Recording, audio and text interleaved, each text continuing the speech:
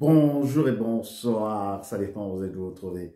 Le vice-versa JCN nous souhaite une agréable et excellente journée. Ah, ah.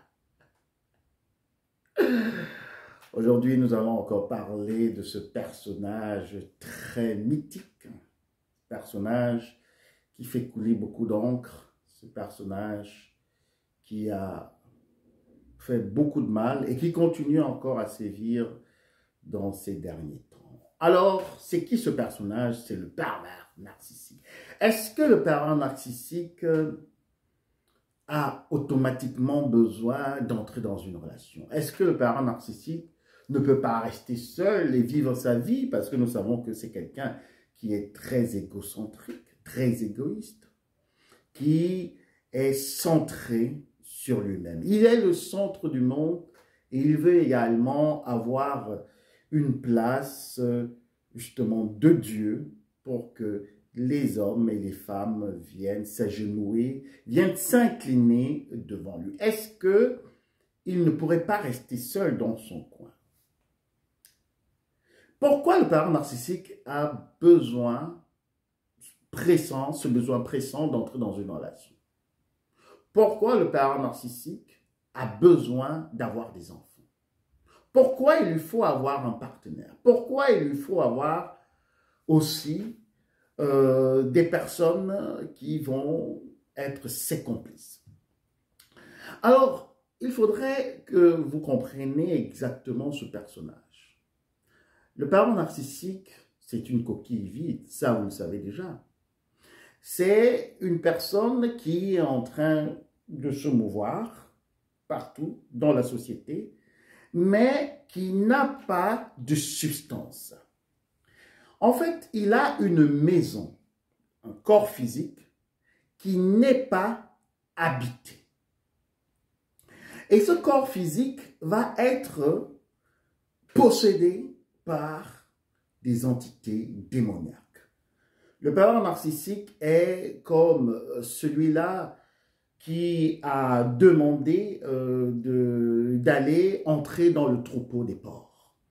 Donc, le grand maître avait délivré une personne et cette entité démoniaque a demandé où je pourrais aller parce qu'il me faut une carcasse, il me faut un habitacle où je pourrais m'installer. Et justement, le pervers narcissique, comme il était vide, a laissé entrer un démon dans sa vie.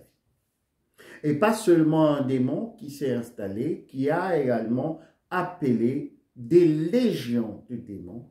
Et c'est pour cela que le pervers narcissique est possédé. Comprendre l'apparition narcissique d'une manière assez littéraire, d'une manière assez scientifique, ce serait vraiment faire preuve, je peux dire, de naïveté. Parce que nous devons aborder ce côté spirituel du pervers narcissique. Parce que quand vous êtes en relation avec ceux-là qu'on appelle sur cette chaîne les zombies, les vipères anciennes, les mudiennes, vous êtes conscient et consciente que vous n'êtes pas en face des personnes normales. Vous êtes conscient et consciente pendant le rage narcissique que celui-ci entre en transe, que celui-ci n'est plus maître de son corps.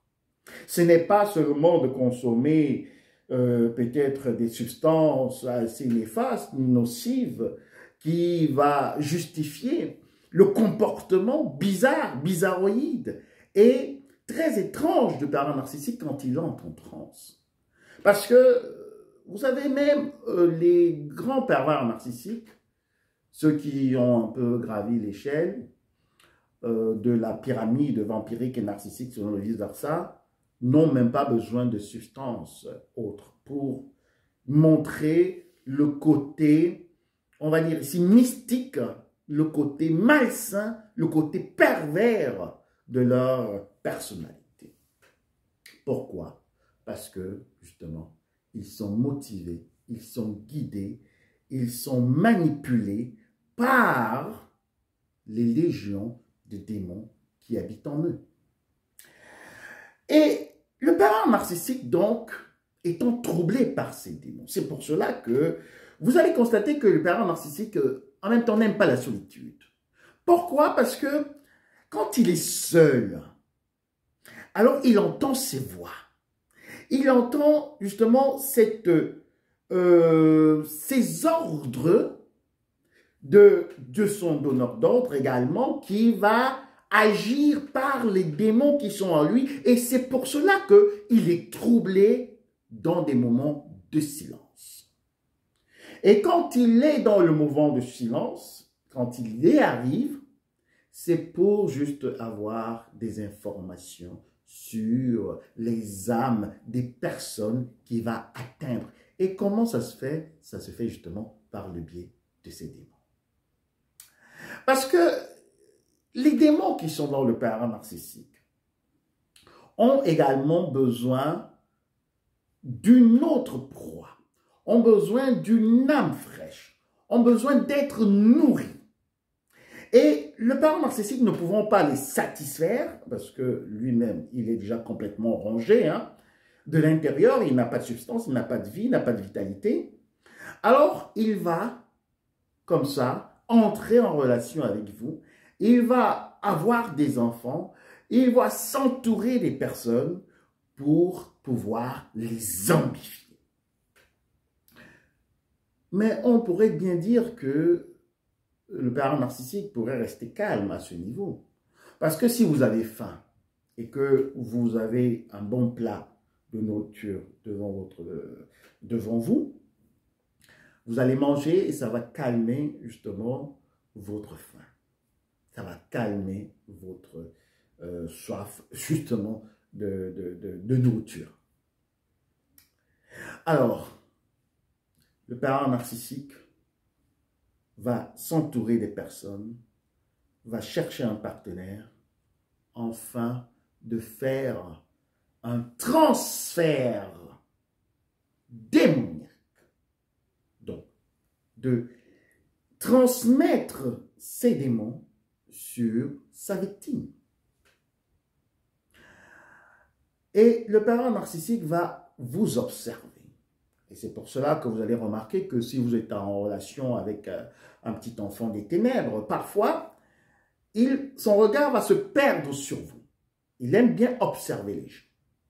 Et vous allez sentir cela, vous pouvez être dans une pièce, et après 2-3 minutes, vous vous retournez, et vous sentez justement qu'il y a des ondes qui vous sont envoyées par le pervers narcissique parce que son regard est fixé sur vous, un regard dubitatif, un regard perdu, un regard d'une personne qui est complètement, on peut dire, dans un autre espace, dans une autre galaxie. Mais pendant ces moments que le pervers narcissique fixe le regard sur vous, en fait, il ne vous voit pas vous. Il ne vous voit pas vous, Christian. Il ne vous voit pas vous, Nadine. Non, il voit les démons qu'il a pu transférer dans sa proie. Je m'explique. Le pervers narcissique vous aime, mais en même temps, il vous hait. Pourquoi il vous aime? Il vous aime parce que il peut essayer de s'alléger de cette ce lourd fardeau démoniaque pour avoir un peu de répit. Mais pourquoi il vous hait? Il vous hait parce que vous êtes la représentation des démons qui le troublent. Donc, il faudrait que vous compreniez cela. Quand le pervers narcissique vous voit, quand il perd le regard sur vous, quand il vous fixe du regard, ce n'est pas vous qu'il est en train de regarder. Il est en train d'observer ses propres démons qu'il a transférés en vous. Et cela l'amène justement dans une colère. Parce qu'il est en train de vouloir finir en découdre avec ces démons, mais pour faire cela, il faut qu'ils vous atteignent, vous, la personne. Je vais essayer de vous représenter ça d'une autre manière. Alors, si vous êtes en train de poursuivre quelqu'un, disons, quelqu'un vous doit de l'argent. Hein, prenons un peu cet exemple. Quelqu'un vous prend doit de l'argent, et depuis vous n'arrivez pas à le voir, et il se cache. Il va dans sa maison, il se cache, vous connaissez où il habite. Alors, pour arrêter cette personne, pour rentrer dans vos droits, il faudrait que vous arriviez jusqu'à la maison de la personne. Mais quand vous êtes devant la maison, ce n'est pas la personne. La personne est à l'intérieur de la maison. Donc, il vous faudra soit sortir la personne de cette maison, qu'elle sorte, soit il faudrait que vous entrez dans cette maison. Alors, c'est pour cela que le pervers narcissique, justement, va essayer d'entrer dans votre maison qui est votre corps, pour venir, justement, se débarrasser des démons que lui-même, il a projetés sur votre personnalité qui est également votre maison, afin de pouvoir les combattre. Mais en voulant les combattre, il est obligé de vous combattre parce que c'est votre maison qui héberge les démons qu'il a projetés en vous. Je ne sais pas si vous comprenez. Je ne sais pas si vous comprenez. Alors, le pervers narcissique vous aime. Il vous aime parce que vous êtes un habitacle pour ces démons qui sont en train de le troubler. Il vous hait parce que il voit ces démons. Parce que quand ces démons sont en lui, il ne peut pas les voir. Il les ressent juste. Mais il donne une image à ces démons. Et cette image correspond justement à sa victime. Et c'est pour cela qu'il en veut à sa victime. Donc vous n'avez pas besoin de taquiner le pervers narcissique pour qu'il soit en colère contre vous. Est-ce que vous avez déjà remarqué ça? Vous n'avez pas besoin de lui dire un mot déplacé, afin qu'il s'énerve. Vous n'avez pas besoin de marcher sur ses pieds, afin qu'il commence à vous injurier, vous dénigrer, vous déshumaniser. Vous n'avez pas besoin de faire quelque chose. Vous ne devez pas faire quelque chose pour exciter la rage, la colère et la foudre du pervers narcissique en votre encontre. Donc, ça veut dire que ce n'est même pas vous le vrai problème. Ce n'est pas vous le vrai problème. C'est ce que le pervers narcissique veut également vous faire croire. Que vous êtes le problème. Vous êtes la personne qui est dérangée, qui est troublée. Et quand il réussit cela, il le réussit justement par le biais des démons qu'il a pu projeter en vous. Et c'est pour cela qu'on va constater que beaucoup de personnes, après être entrées dans une relation avec un pervers narcissique, vont perdre justement leur vitalité, vont perdre leur lumière, vont perdre leur joie de vivre, vont perdre également leur force et carrure physique qu'elles avaient. Pourquoi? Parce que ces personnes commencent également à être troublées par les démons du pervers narcissique. Et si vous comprenez bien la notion de suicide, la notion de folie, la notion de démence, vous allez voir que, en fait, les gens qui arrivent à se suicider à cause du pervers narcissique ne se suicident pas à cause du pervers narcissique. Je répète, les gens qui entrent dans des démences, dans des dépressions, dans des folies, qui sautent la vie, ne sautent pas la vie à cause du pervers narcissique, mais à cause des démons que le pervers narcissique a projetés en eux et qui commencent également à prendre vie en eux. Parce que tout est dans la pensée. Tout est dans la représentation de la réalité qu'on veut vivre. Donc, le parent narcissique est dans sa réalité.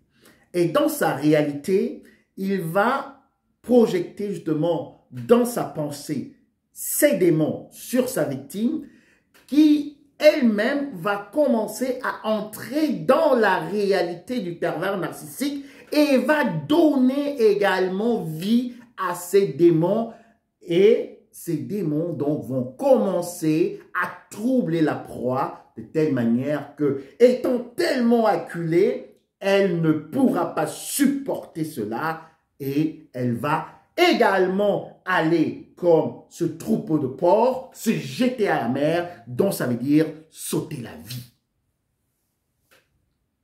Et si ce n'est pas le cas, on peut entrer dans une folie. La personne entre dans une folie. Combien prennent des cachets à cause du parent narcissique? Des cachets pas juste pour, on dirait pour des petits maux de ventre ou c'est pour des maux de tête, non.